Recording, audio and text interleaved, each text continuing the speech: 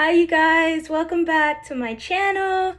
This week we're going to be talking about why I decided to pursue medical assisting and why traditional four-year universities are not for everybody. Medical assisting is a program that a lot of community colleges offer, and it's like a 2-year associate's program. So I'm not talking about that, but I'm talking about getting a BA and things like that. So first, we're going to talk about the route I took to end up as in medical assistant school. It's been a long journey, trust me. Like, my educational career has not been linear in any sense. I think I've been to like 4 or 5 different community colleges. I finished my first 2 years of university, of a 4-year university, and got uprooted, had a lot of chaos in my life, so I decided to, take things easy and start going to school part-time. I still haven't made it back to my 4-year university, but that is still in the plan. So yeah, I just took breaks from school. I didn't know what I wanted to major in. I started off as an English major, which is something I'm super passionate about. Like, my ultimate goal is to be a librarian. Those of you who know me know that I love reading, and librarianship is just the ideal job for me. So that's the ultimate goal. Medical assisting is just a part of my trajectory to get there.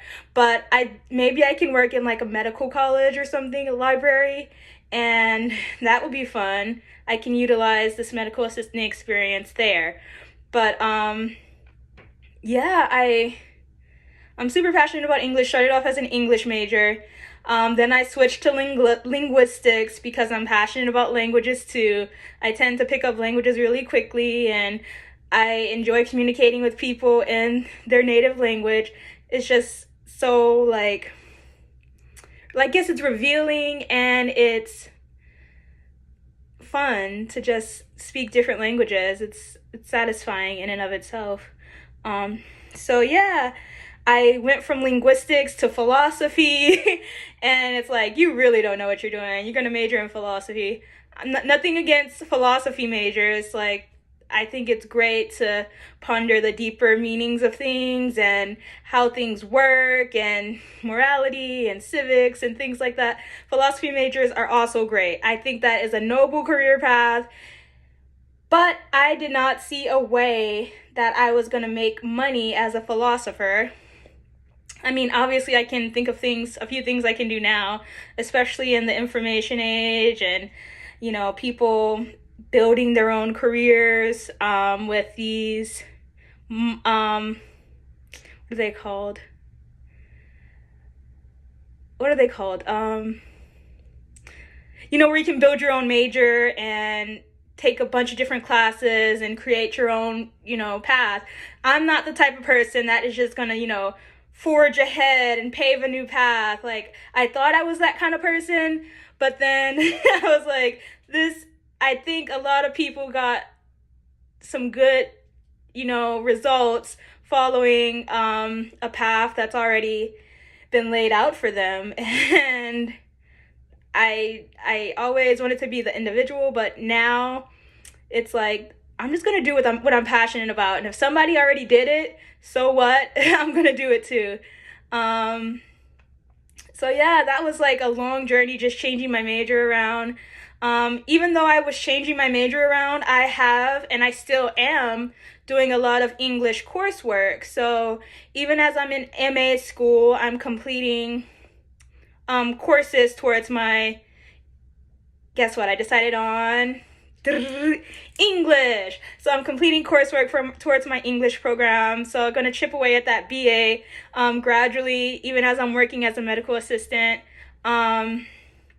So yeah, why college isn't for everyone. Okay, disclaimer here. I think pursuing higher education is great for almost everybody. If you can learn things in a college environment with higher education that you wouldn't be able to learn anywhere else.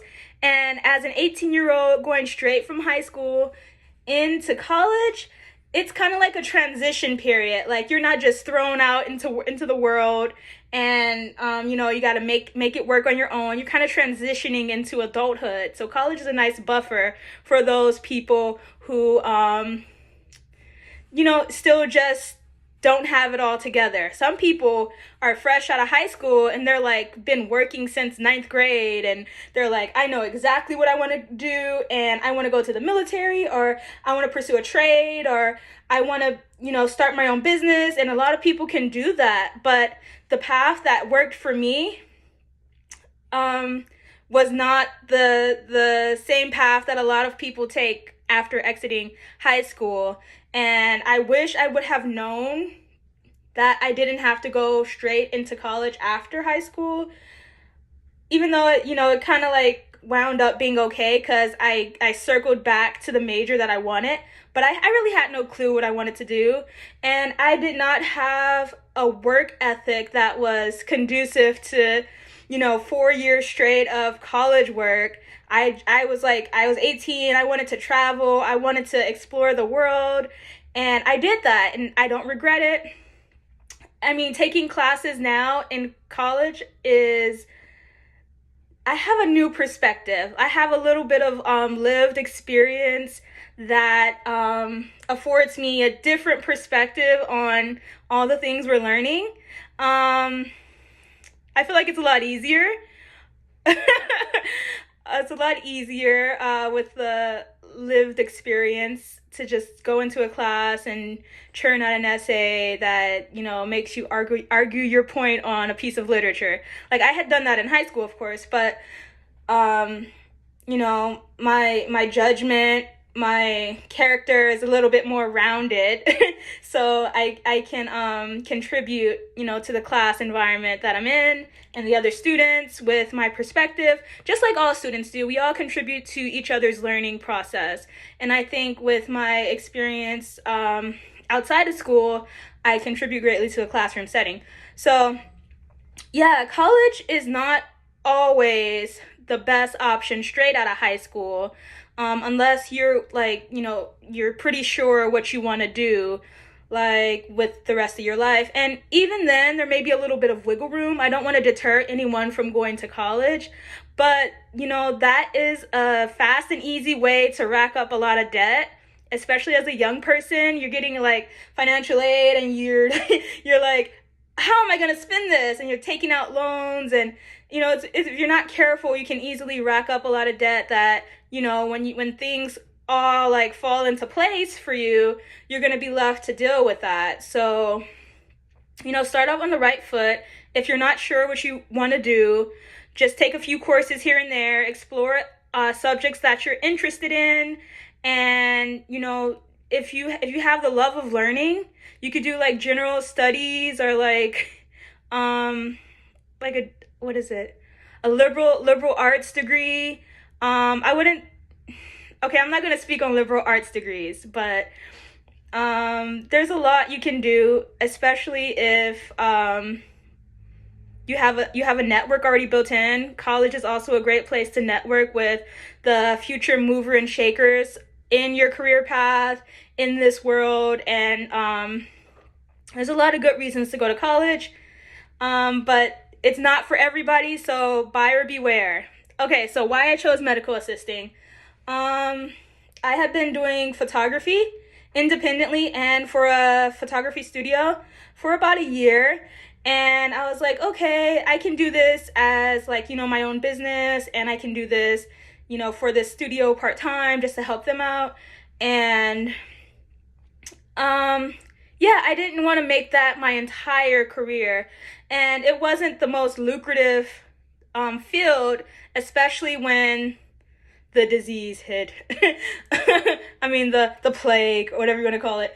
I know people can get blacklisted on YouTube for saying the situation that happened in March, but yeah, if you just wanted to go into the medical field during a time like this, that was a great time, because I found out that photography wasn't as essential as I thought it was. Making memories, capturing great memories for people is fun, it's great, but how are you gonna sell that during this time. Yeah, so I decided pretty quickly that I wanted to pursue, I thought about phlebotomy, and I think I'm going to still pursue that certification, but medical assisting seemed to be like super appealing when I read about all the things that medical assistants do. Almost an entry-level position in the medical field, and like how it's like a multi-studies program that, you know, you get clinical experience, you get administrative skills, you get you know, you do phlebotomies, EKG. So yeah, if you're the type of person that is just super passionate about a lot of different things, like a serial hobbyist like me, then yeah, just take some time to grow up a little bit and settle down and kind of just like get a grip on what you want to pursue. And not saying that a career is a life sentence at all. You can always continue your education after one degree. You can always change careers, go into business for yourself. There's plenty of options. You don't have to settle. And, you know, that kind of thinking kind of got me in trouble when I was younger, because I acted on it and I was like, I'm going to do this and start one thing and not stick with it and just move on to the next thing. But now that I have more of a level head, it's level, I'm going to, you know, be more practical about my decisions in career and education. So yeah, medical assisting for now, librarianship later, and that's the plan. Yeah, college is great. I've had a lot of great experiences. But as an older person in college, it's like I'm not there for fun. I'm there to get my degree and learn. And the medical assisting program that I'm in, there's a lot of young people, but there's also older people. I've seen medical assistants of all ages and ranges. So like medical assisting or trade school might be like an option for you if you're just kind of trying to make a practical decision and, you know, have a good career that, you know, gets you along and takes care of your family, and you're interested in the medical field. Like, it doesn't have the commitment of, you know, nursing, but or like med school, but it's a good way to enter into the medical field without investing too much of your time if you're not sure what you want to do. Yeah, so that is why I became a medical assistant, a little bit about my educational career history, and what you can do when you're graduating and you want to, you know, you're undecided about if you want to go to college right away or, you know, travel or study abroad. That's just a little bit of my experience. You know, the decision's up to you. If that's something if it sounds like you're the similar kind of person that wants to just explore and adventure, then I would say definitely take some time off, maybe take a few classes, maybe take a semester off to travel, something like that, because you're only young once. And trust me, as you get older, your priorities do change. So I don't regret anything. I don't regret traveling. I don't regret living it up in college, and, you know, it's whatever.